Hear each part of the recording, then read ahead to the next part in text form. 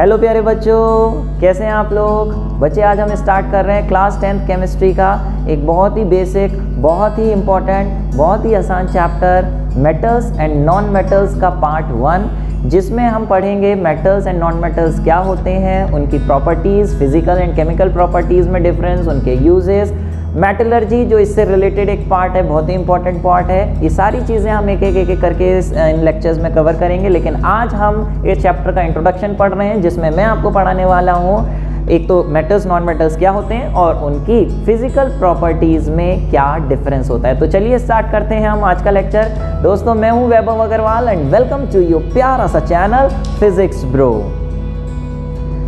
तो metals and non metals क्या होते हैं, उससे पहले एक टर्म जान लेना ज़रूरी है कि what are elements. Although you have studied this term in 9th class, लेकिन फिर भी आपको पता है ऐसा कोई भी substance which can not be broken into more simpler substances by physical and chemical change are called elements.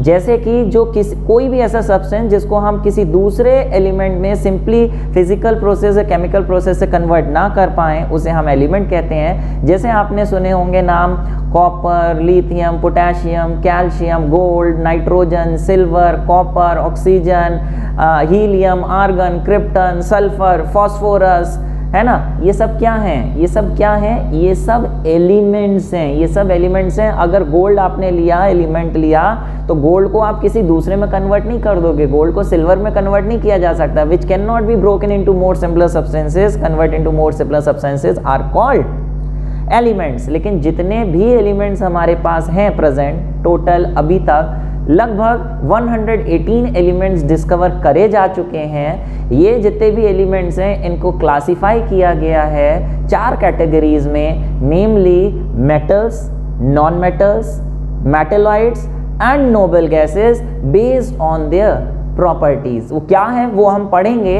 लेकिन इसमें जो 4 कैटेगराइजेशन है, metals, non metals, metalloids and noble gases, यही पहले 2 पार्ट्स कैटेगरी जो है वो हमने पढ़नी है कि what are metals and what are non metals. फिलहाल जैसे मैंने बताया 118 एलिमेंट डिस्कवर हो चुके हैं, जिसमें से फर्स्ट 94 एलिमेंट जो हैं जिनका एटॉमिक नंबर 94 तक है, तो वो तो नेचुरली अकरिंग हैं। बाकी 24 एलिमेंट जो हैं वो सिंथेटिकली बनाए जाते हैं, न्यूक्लियर रिएक्शन से बनाए जाते हैं। ठीक है, सिंपल फिजिकल केमिकल प्रोसेस से नहीं बना सकते, न्यूक्लियर रिएक्शन से बनाए जाते हैं। फिलहाल ये जो टोटल 118 एलिमेंट्स हैं, इसको मैंने बताया divided into 4 categories, metal, non metal, metalloids and noble gases, जिसकी हमें यहाँ पे स्टडी करनी है मेटल्स और नॉन मेटल्स क्या होते हैं।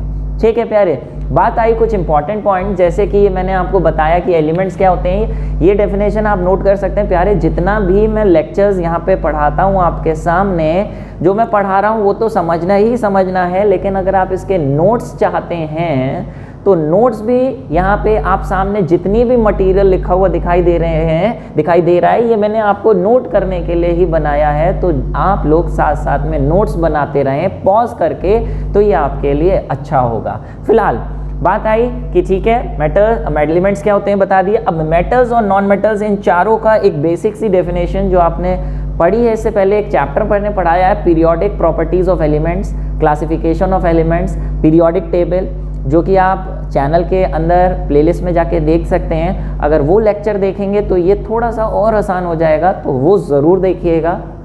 कौन सा? पीरियोडिक प्रॉपर्टीज या क्लासिफिकेशन ऑफ एलिमेंट्स। ठीक है, फिलहाल मेटल्स क्या होते हैं, किन लोगों को मेटल्स कहा गया है, 4 कैटेगरीज में डिवाइड किया है। तो किन लोगों को मेटल्स कहते हैं, मतलब किन एलिमेंट्स को मेटल कहते हैं? ऐसे जितने भी एलिमेंट्स विच लूजेज इलेक्ट्रॉन, जो अपने इलेक्ट्रॉन्स लूज करते हैं। अब आपने वहाँ प्रॉपर्टीज में पीरियोडिक टेबल में पढ़ा है, स्ट्रक्चर ऑफ एटम में पढ़ा है कि एटम होता है, एटम के अंदर न्यूक्लियस होता है, न्यूक्लियस के चारों तरफ शेल्स होते हैं, सर्कुलर ऑर्बिट्स में इलेक्ट्रॉन्स घूमते रहते हैं। सबसे बाहर वाला जो ऑर्बिट होता है उसे हम वैलेंस शेल या आउटर मोस्ट शेल कहते हैं। वो आउटर मोस्ट शेल में अगर 8 इलेक्ट्रॉन्स, उनका ऑक्टेट या डुप्लेट कंप्लीट नहीं है, तो वो ऑक्टेट अपना कंप्लीट करना चाहते हैं बाय लूजिंग, गेनिंग और शेयरिंग इलेक्ट्रॉन्स। तो अगर कोई भी एटम अपने आउटर मोस्ट शेल में से इलेक्ट्रॉन्स लूज करता है और लूज करके पॉजिटिव आयंस बनाता है, ऐसे एलिमेंट्स को कहा गया है मेटल्स, जिनके आउटर मोस्ट शेल में 1, 2 या 3 इलेक्ट्रॉन्स होते हैं। अभी ये क्या चीज़ बोल रहा हूँ, इसकी डिटेलिंग वहाँ हमने पढ़ी है, पीरियोडिक प्रॉपर्टीज़ में, इसलिए मैंने बोला वो देख के आएंगे तो अच्छा रहेगा। फिलहाल मुद्दे पे आए, नॉन मेटल्स क्या होते हैं? जो इलेक्ट्रॉन्स गेन करते हैं, जिनके आउटर मोस्ट शेल में 5, 6, 7 इलेक्ट्रॉन्स होते हैं, उन्हें हम नॉन मेटल्स कहते हैं। सॉरी 4, 5, 6 या 7 इलेक्ट्रॉन्स होते हैं, उन्हें हम नॉन मेटल्स कहते हैं। और वो इलेक्ट्रॉन्स या तो गेन करते हैं या फिर दूसरे एटम से शेयर करते हैं, उन्हें हम कहते हैं नॉन मेटल्स। मेटलॉइड्स क्या होते हैं? ऐसे elements which show some properties of metals and some properties of non-metals are called metalloids। जैसे कि बात करें बिस्मथ, सिलिकॉन, जर्मेनियम, इसकी कुछ प्रॉपर्टीज जो है मेटल्स की शो करते हैं, कुछ नॉन मेटल्स की, इसलिए हम इन्हें कहते हैं मेटलॉइड्स। चौथा, नोबल गैसेस। नोबल गैसेस क्या होती हैं? जिनका आउटर मोस्ट शेल कंप्लीट होता है, ना इलेक्ट्रॉन लूज करें, ना गेन करें, ना शेयर करें, किसी से रिएक्ट ही ना करें, उन्हें हम कहते हैं नोबल गैसेस या फिर इनर्ट गैसेस भी हम कहते हैं। पीरियोडिक टेबल में आपने अगर पढ़ा है तो ग्रुप 18 में पाए जाते हैं, जैसे helium, neon, argon, krypton, xenon, radon, ये सब जो हैं आपकी नोबल गैसेस हैं। ठीक है, तो ये चीज़ नोट कर लीजिए। फिर बात आई आपकी कुछ इंपॉर्टेंट पॉइंट इससे रिलेटेड, जैसे कि मैंने अभी आपको बताया कि मेटल्स क्या होते हैं। मेटल्स इलेक्ट्रॉन लूज करते हैं, उनके आउटर मोस्ट शेल में 1, 2, 3 इलेक्ट्रॉन्स होते हैं। नॉन मेटल्स गेन करते हैं, उनके आउटर मोस्ट शेल में 4, 5, 6 या 7 होते हैं। और नॉन मेटल्स गेन करने के साथ साथ शेयर भी कर सकते हैं इलेक्ट्रॉन्स को। ठीक है, तो यही मैंने आपको यहाँ लिख के दिया। क्या? मेटल्स है 1, 2, 3 इलेक्ट्रॉन्स, नॉन मेटल्स है 4, 5, 6 और 7 electrons in the outermost shell.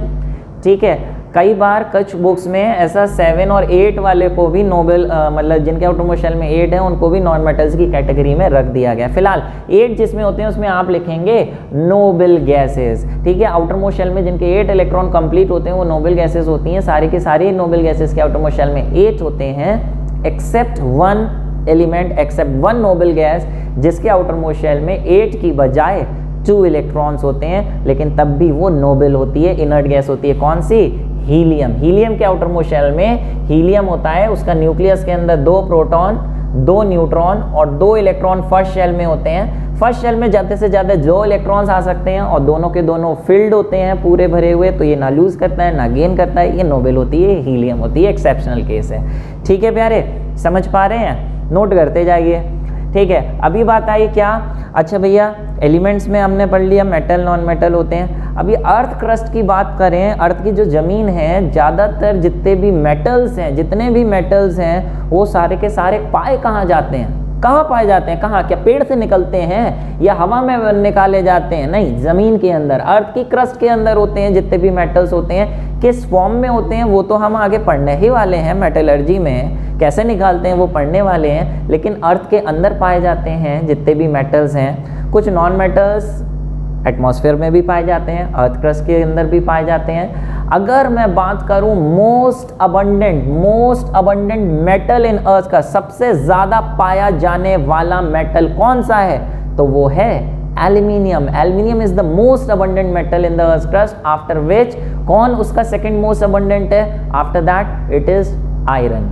Iron is the second most abundant. ठीक है, ऐसी नॉन मेटल की अगर बात करूं तो most abundant element in earth crust, most abundant element की जगह मोस्ट नहीं, ठीक है बिल्कुल सही, मोस्ट अबंडेंट अगर नॉन मेटल की बात करें तो नॉन मेटल में most abundant non metal earth crust के अंदर है oxygen.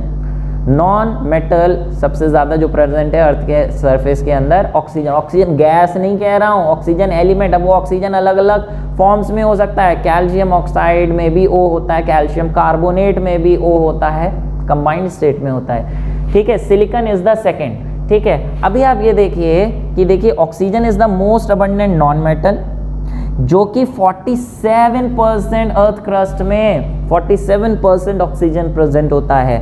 Most abundant metal is aluminium, जो कि लगभग 8% होता है, 7 से 8% होता है दोनों में, क्योंकि इसकी परसेंटेज ज़्यादा है।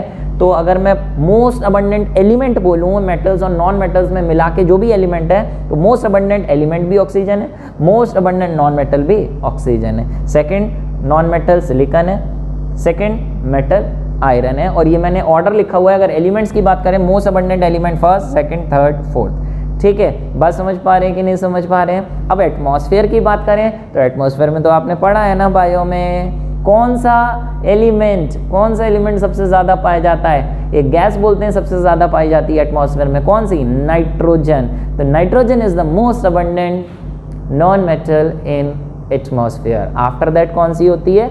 ऑक्सीजन। ठीक है, एटमॉस्फेयर में ऑक्सीजन, अर्थ क्रस्ट, एटमॉस्फेयर में नाइट्रोजन मोस्ट अबंडेंट, जबकि अर्थ क्रस्ट में ऑक्सीजन इज मोस्ट अबंडेंट। ठीक है, तो ये नोट कर लीजिए। फिर देखते हैं कुछ आगे। मेटल्स नॉन मेटल्स तो पढ़ लिए आपने क्या होते हैं। अभी बात आई इनके बीच डिफरेंसेस क्या होते हैं। और डिफरेंसेस से भी पहले अगर मैं आपसे कुछ एग्जांपल्स तो शेयर कर लूँ। भैया मेटल्स के कुछ एग्जांपल्स तो बताओ, कौन कौन होते हैं मेटल्स?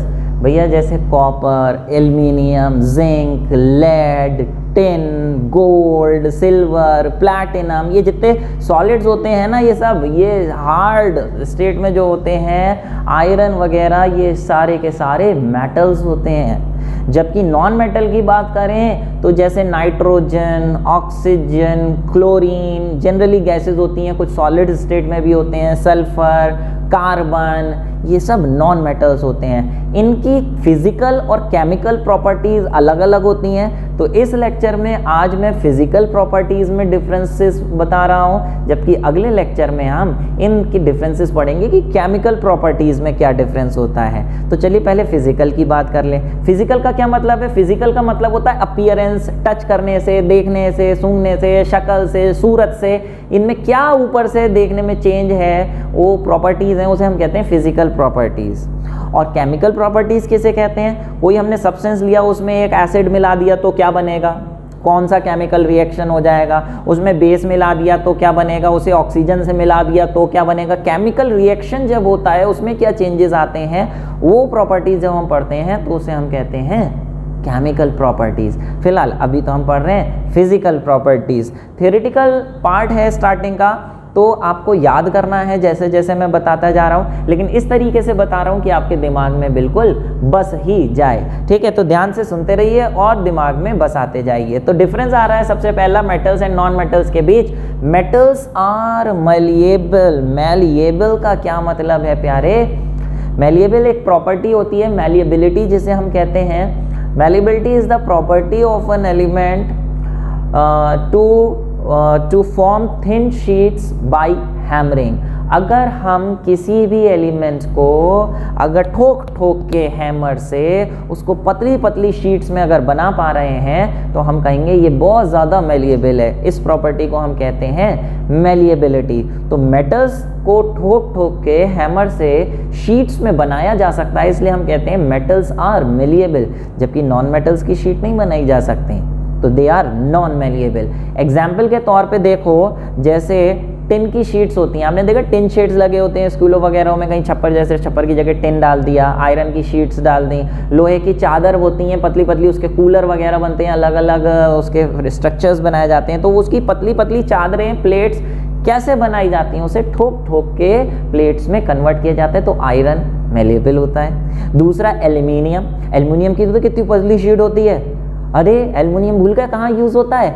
अरे स्कूल खाना ले जाते हो तो एल्युमिनियम की फॉइल में रैप करते हो, नहीं रैप करते हो ताकि वो गर्म रहे? वो एल्युमिनियम मेटल है, कितनी पतली होती है, उसे कितनी पतली पतली शीट्स में बीट करके बनाया जाता है। एल्युमिनियम तो यूज़ होता है दवाइयों के रैपर्स में भी, जो दवाइयों के रैपर ऐसे फाड़ते हो सिल्वर कलर के होते हैं, वो क्या है? वो एल्युमिनियम है। एल्युमिनियम इसलिए यूज़ करते हैं क्योंकि एल्युमिनियम जल्दी किसी खाने के सामान से रिएक्ट नहीं करती, और जिस वजह से रिएक्शन नहीं करती तो खाने का सामान सेफ रहता है। ठीक है ना, ऑक्सीडाइज नहीं होता, एयर से ख़राब नहीं होता। फिलहाल और मैलिएबल की बात करें तो भैया अरे सिल्वर, चांदी की बर्फ़ देखी है आपने, मिठाइयों पे लगी होती हैं, है ना? सिल्वर फॉइल उसे कहते हैं। कितनी पतली होती है, इतनी पतली होती है कि उसे हाथ में लेके इस तरीके से ऐसे मसल दो, ख़त्म हो जाती है। तो सिल्वर तो काफ़ी मैलिएबल होती है, काफ़ी मैलिएबल होती है। और उससे भी ज़्यादा मैलिएबल होता है gold. Gold is the most malleable metal, most malleable है। अगर गोल्ड का 1 ग्राम ले लो ना, 1 ग्राम कितना सा होगा आप समझ सकते हो। 1 ग्राम गोल्ड ले लो तो उसे कूट कूट के 1 मीटर स्क्वायर की चादर बना सकते हो। 1 मीटर स्क्वायर समझते हो? 1 मीटर इतना होता है लगभग, इतनी लेंथ और इतनी ही ब्रेथ, इतनी बड़ी, यहाँ से यहाँ तक इस तरीके से 1 मीटर स्क्वायर की चादर बना सकते हो मात्र 1 ग्राम से। सोचो कितना वैल्यूएबल होता है, तभी इसको यूज़ करते हैं अल्फा स्कैटरिंग एक्सपेरिमेंट में, जो आपने 9th क्लास में पढ़ा था। फिलहाल उसको छोड़ो। नेक्स्ट बात करें मैलिएबिलिटी में कि नॉन मेटल्स नॉन मैलिएबल होते हैं, इसको हम ठोक के शीट्स नहीं बना सकते, ठोकोगे टूट जाएंगे, सॉलिड जैसे सल्फर है पाउडर हो जाती है, चादरें तो शीट्स तो बनेंगी ही नहीं, ठीक है, तो इसे छोड़ो। कार्बन भी नॉन मैलिएबल, जितने non metals non malleable.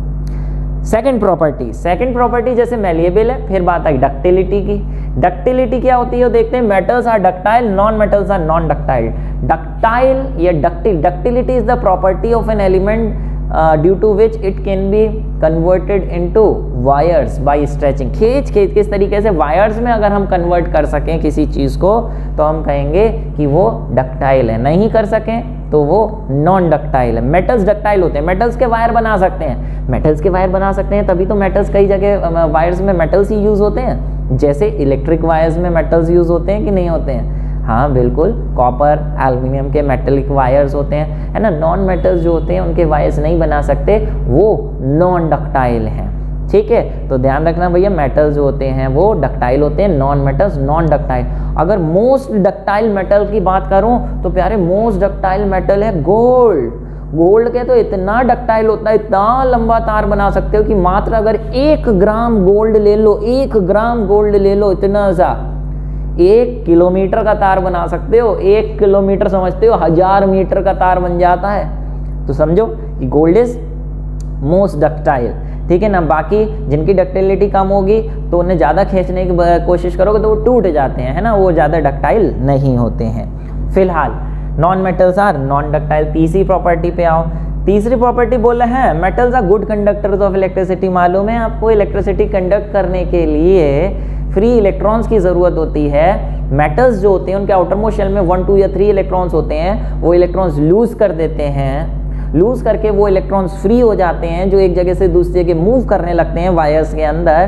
That's why metals are said to be good conductors of electricity. ये हमने इलेक्ट्रिसिटी वाले चैप्टर में भी पढ़ाया है और आपने भी पढ़ा होगा कहीं ना कहीं जरूर। Since metals have free electrons that's why they are good conductors of electricity. Non metals do not have free electrons, that's why they do not conduct electricity, है ना। तभी तो, क्योंकि ये गुड कंडक्टर्स होते हैं, तभी तो इन्हें इलेक्ट्रिकल वायर्स में यूज़ किया जाता है। कॉपर और एल्युमिनियम के वायर्स यूज़ होते हैं, क्यों? Copper and aluminium are good conductors of electricity.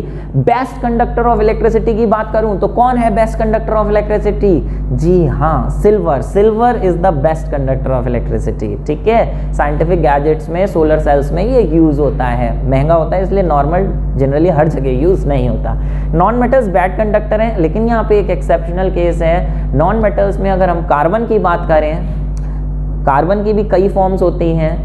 Carbon की चैप्टर है उसमें पढ़ेंगे कि ग्रेफाइट की फॉर्म में भी पाया जाता है, डायमंड की फॉर्म में भी, और बकमिंस्टर फुलरीन, है ना। ये क्या नाम बोल दिया, चैप्टर में पढ़ेंगे, क्या बोला? बकमिंस्टर फुलरेंस, बकमिंस्टर फुलरेंस, ठीक है। फिलहाल बकमिंस्टर फुलरीन जो होता है प्यारे, वो छोड़ो बाद में। मेन अभी यहाँ पे कार्बन 2 फॉर्म में होता है। ग्रेफाइट में भी पूरा कार्बन ही होता है, डायमंड में भी पूरा कार्बन ही होता है। Non metals bad conductor of electricity होते हैं except carbon in the form of graphite. Graphite जो होता है वो कार्बन से बना होता है, नॉन मेटल का होता है, तब भी वो गुड कंडक्टर होता है। कुछ उसमें एक्सेप्शनल केस है, कार्बन कंपाउंड वाले चैप्टर में हम पढ़ेंगे कि उसमें किसी तरीके से वीक फोर्सेस की वजह से एक इलेक्ट्रॉन फ्री हो जाता है, जिसकी वजह से वो इलेक्ट्रिसिटी कंडक्ट करने लगता है। लेकिन ग्रेफाइट सिर्फ, डायमंड नहीं, डायमंड में भी कार्बन होता है, वो नहीं है गुड कंडक्टर ऑफ इलेक्ट्रिसिटी, ठीक है। ग्रेफाइट वही चीज़ होती है जो पेंसिल होती है, आपकी पेंसिल के बीच में ब्लैक कलर की लिड होती है, वो जो लिड होती है वो ग्रेफाइट की ही बनी होती है, वो गुड कंडक्टर ऑफ इलेक्ट्रिसिटी होती है, करंट पास करने देती है। Next, metals are good conductor of heat. Electricity के भी गुड कंडक्टर, हीट के भी गुड कंडक्टर्स। गर्मी को पास होने देते हैं, तभी तो जितने भी यूटेंसिल्स हैं वो मेटल्स के बने होते हैं, ताकि नीचे से हीट ऊपर खाने के अंदर जा सके। बेस्ट कंडक्टर इज सिल्वर, भैया याद रखना है, इलेक्ट्रिसिटी का भी और हीट का भी, ठीक है। बात करें non metals are bad conduct, non metals क्योंकि इसमें फ्री इलेक्ट्रॉन्स नहीं होते हैं, इलेक्ट्रिसिटी कंडक्ट नहीं करते हैं। इलेक्ट्रिसिटी कंडक्ट करने के लिए क्या होता है ना, particle to particle heat transfer होती है, या पूरे इलेक्ट्रॉन एक जगह से उठ के दूसरी जगह जाता है तो हीट ट्रांसफर होती है। इसमें फ्री इलेक्ट्रॉन्स होने की वजह से काफ़ी अच्छे से हीट को ट्रांसफर कर पाते हैं। ज़्यादा डिटेलिंग इसकी नहीं कर रहा हूँ, आप याद करिए इसको, ठीक है। फिलहाल बात आई metals are lustrous and sonorous. Lustrous का मतलब है भैया शाइनी। आपने देखा ना जनरली मेटल्स लस्ट्रस होते हैं, गोल्ड कितना शाइनिंग होता है, प्लैटिनम, सिल्वर बहुत शाइनिंग होते हैं जनरली, है ना। नॉन मेटल्स तो बिल्कुल भी लस्ट्रस नहीं होते हैं। हाँ, एक एक्सेप्शनल केस है नॉन मेटल्स में एक आपका आयोडीन होता है प्यारे।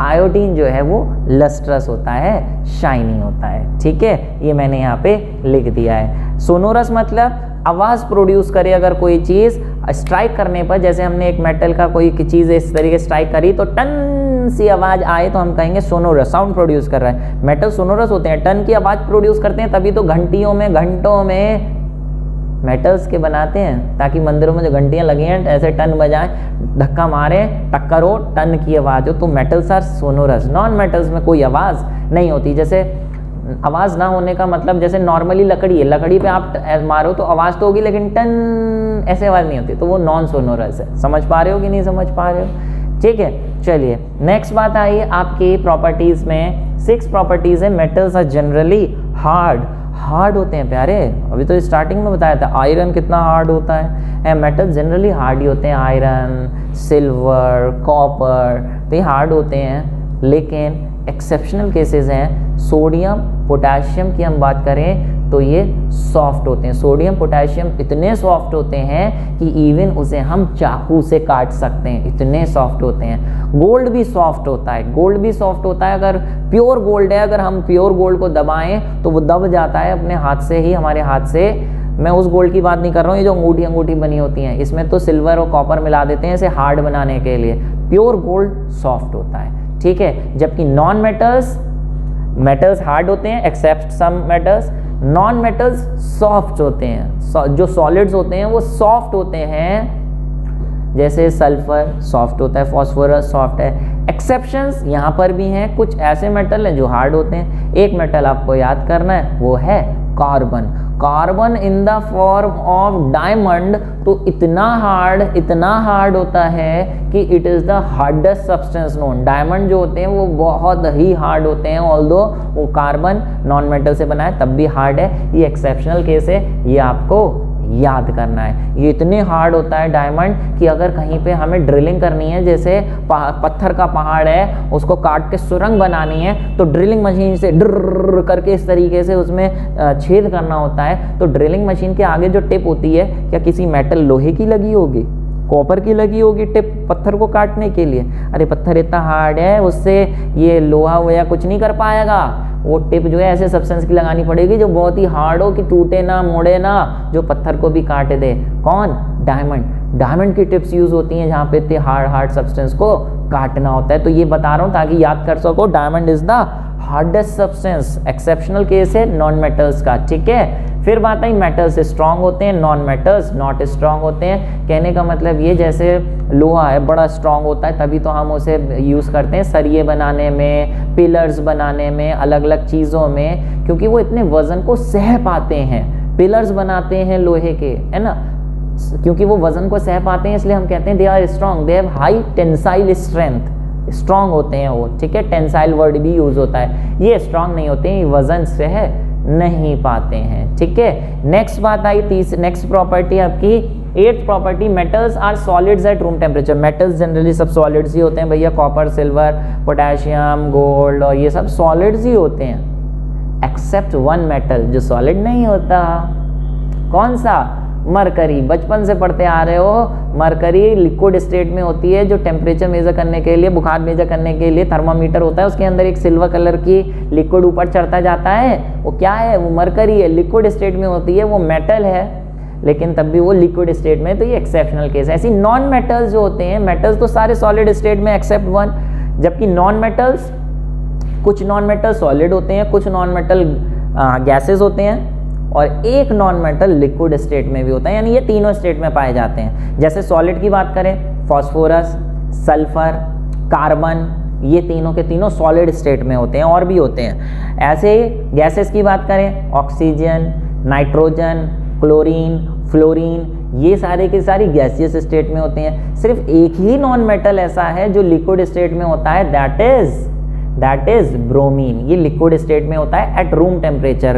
रूम टेम्परेचर लगभग 25 डिग्री सेल्सियस होता है। 25 डिग्री सेल्सियस पे रखें तो ये लिक्विड स्टेट होता है, ठीक है। तो इसमें एक लिक्विड स्टेट ब्रोमीन, मेटल्स में एक लिक्विड स्टेट कौन, मरकरी। तो these are the two elements, mercury and bromine, which are in liquid state at room temperature among 118 elements, ठीक है, जिसमें ये मेटल है, ये नॉन मेटल है। समझ पा रहे हो कि नहीं समझ पा रहे हो? ठीक है, चलो जल्दी से आगे बढ़ो। नेक्स्ट प्रॉपर्टी आई कि metals have high melting and boiling point. इसको पिघलाने के लिए, बॉयल करने के लिए बहुत ज़्यादा टेम्परेचर चाहिए होता है, इसलिए इनका मेल्टिंग पॉइंट हाई होता है, इनका मेल्टिंग पॉइंट लो होता है। एक्सेप्शनल केसेस इसमें भी हैं, इसमें भी हैं। सोडियम, पोटेशियम सॉफ्ट होते हैं, जो सॉफ्ट होते हैं उनका मेल्टिंग पॉइंट, बॉइलिंग पॉइंट भी लो होता है। इवन गैलियम और सीजियम का तो मेल्टिंग पॉइंट आप समझो, अगर गैलियम और सीजियम को हाथ पे रख लो, पाम पे, तो हाथ की गर्मी से इधर टुकड़ा रखा आपने, सॉलिड था, ऐसे रखा, पिघल जाएगा, हाथ में ही रख के पिघल जाएगा। कैसे? उसका मेल्टिंग पॉइंट इतना कम होता है कि हाथ की गर्मी से ही पिघल जाता है। जबकि और जो मेटल्स होते हैं प्यारे, हाई मेल्टिंग पॉइंट, उनका 1000 1100 1200 1500 इस तरीके से उनका मेल्टिंग पॉइंट होता है, ठीक है। तो जनरली मेटल्स का मेल्टिंग पॉइंट हाई है, except these. Non metals have low melting point. इन के कई ऐसे हैं, सल्फर, फास्फोरस की बात करो, ऐसी 70 80 90 डिग्री इनका मेल्टिंग पॉइंट होता है। लेकिन इसमें भी एक्सेप्शनल केस हैं, सारों का melting point, boiling point low है, except carbon in the form of diamond या ग्रेफाइट की बात करें, उनका तो मेल्टिंग पॉइंट 3000 3500 डिग्री सेल्सियस तक पे जाके मेल्ट करते हैं। तो एक्सेप्शंस आपको याद करने हैं। Carbon in the form of diamond का मेल्टिंग पॉइंट हाई होता है, ग्रेफाइट का भी हाई होता है, लेकिन डायमंड का काफ़ी ज़्यादा हाई होता है, ठीक है। बात समझ पा रहे हो? तो एग्जाम में प्रॉपर्टीज पूछ लेंगे या एक्सेप्शनल केस एक एक नंबर में पूछ लेंगे, जो आपको आना चाहिए। नेक्स्ट बात आई, मेटल्स हैव हाई डेंसिटीज। इसके जो एटम्स होते हैं वो काफ़ी डेंसली पैक्ड होते हैं, एक दूसरे के काफ़ी पास पास होते हैं, जिसकी वजह से वो हार्ड भी होते हैं। तो मेटल्स हार्ड होते हैं, डेंसिटीज हाई होती हैं, इसलिए वो हार्ड होते हैं। तो आप यहाँ लिखेंगे metals have high densities, except वही भैया जो सॉफ्ट हैं। सॉफ्ट हैं वो दूर दूर रहे होंगे, तभी तो वो सॉफ्ट हैं, दब जा रहे हैं, दब जा रहे हैं।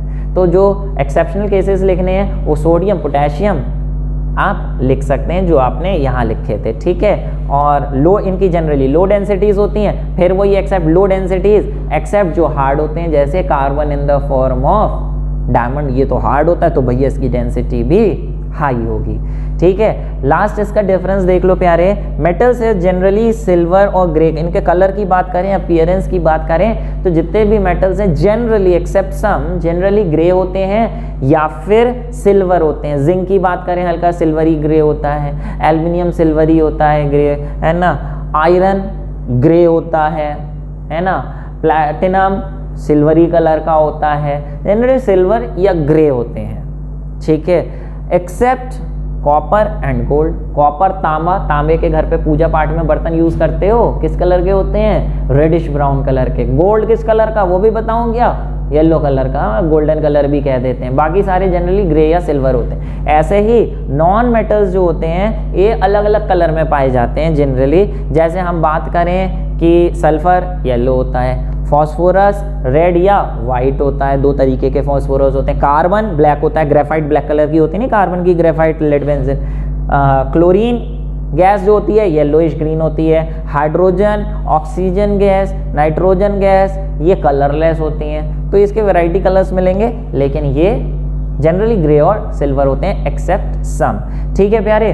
तो ये आपके सामने इससे पहले डिफरेंसेस और ये डिफरेंसेस, नंबरिंग थोड़ी सी गलत हो गई, नंबरिंग सही गलत, 9 10 11 ये आप नोट कर लीजिए पॉज करके, ठीक है। इसके पहले वाले भी, इसके ये वाले भी, और ये आपका आज का लेक्चर है जिसमें हमने फिजिकल प्रॉपर्टीज़ में डिफरेंसेस बताए। छोटा सा लेक्चर है। इसके बाद कुछ नई चीज़ करेंगे जिसमें हम केमिकल प्रॉपर्टीज़ पढ़ेंगे, बहुत ही मज़े आने वाले हैं, याद होने वाला है आपको अच्छे से।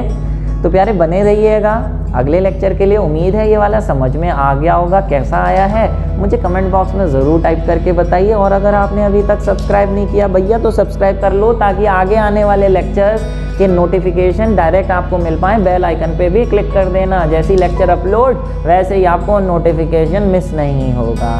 ठीक है, चलिए बेटा, तो ये नोट्स बनाइए।